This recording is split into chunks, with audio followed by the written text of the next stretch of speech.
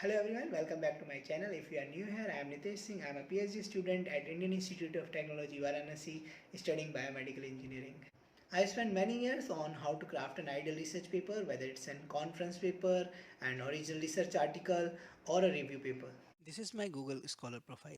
So I wanted to provide you guys with my helpful tips of writing a research paper so that you guys can also learn or improve your existing writing skills, or if you have just started writing your research articles, these tips will be very helpful for you.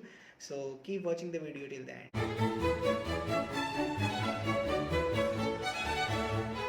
Before we dive deeper into writing part, I would quickly like to give you a brief description about the formatting of a research article. I am not talking about a review paper right now. So in a research article, key to successful scientific writing is getting the structure of the paper right. The basic structure of a typical research paper is the sequence of first comes the abstract, then the introduction, then we write the methods and materials, then we present our results, then discussion or research findings, then we conclude everything in the conclusion section, and then references come in the last. So if I discuss all these sections in one particular video, this video will become very lengthy. So what I have done is I have split this video into different sections. So in this particular video, I will be talking about how to write your research findings. Writing your research findings could be very tricky. This section allows the most freedom. That is why this is the most difficult part to write and is often the weakest part of a paper. Uniqueness in each research project demands one researcher to find different strategies to elevate the associated issue and come up with a simplified, improved, and novel solution. Same way, when it comes to defining the findings section of a research paper, designing a simplified framework and a unique writing flow is necessary. The impact it make should be significant on the reviewing committee, the editor-in-chief making the last publication decision, and the reading academic or scientific research community. The key steps listed in the following are which I follow for writing the findings section of a research paper. First one is meet the journal's requirement, formulation of the section, present the effectiveness of your work, use of language. Let's discuss the very first point, meet the journal's requirements.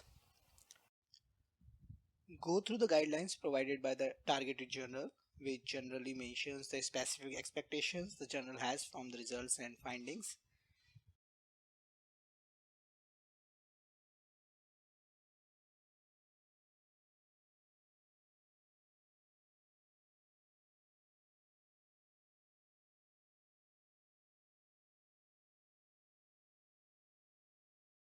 Use the latest research papers published in the targeted journal as an example. Reading these papers can further help you to understand the requirements of the journal. Do watch the content in the published articles, what key points are highlighted and how lesser impactful points are summarized in short.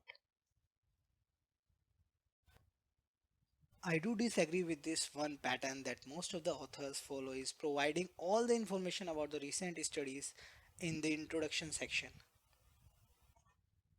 Since it is appropriate to compare your findings with the recent research findings, so you should provide details about the recent studies in findings section only. Second key point is formulation of the section. Writing research findings generally become lengthy and complex in nature. One way to avoid such complexity is to focus on your research objectives while describing your findings. Remove any ambiguous statements from the report. Simplify the complex structure by providing a little extra information. Consider using subheadings in your findings section. Subheadings provide more clarity and frame your work properly. The third key point is to present the effectiveness of your work. To make your presentation more impactful, support your textual reports by using all sort of visual presentations such as graphs, figures, and tables.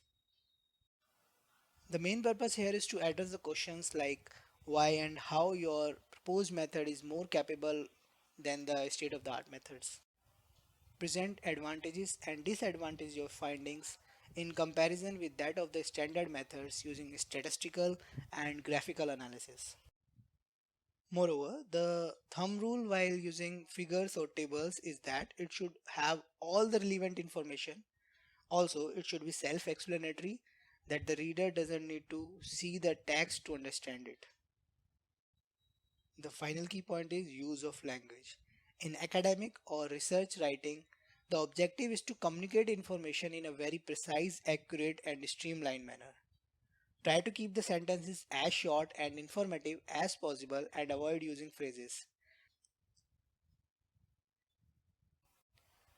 Many researchers suggest the use of active voice and simple past tense to describe your findings since the work has already been carried out.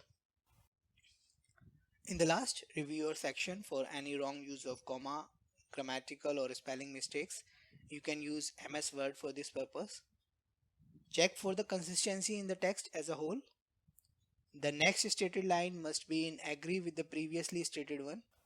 Remove or change any contradictory statements.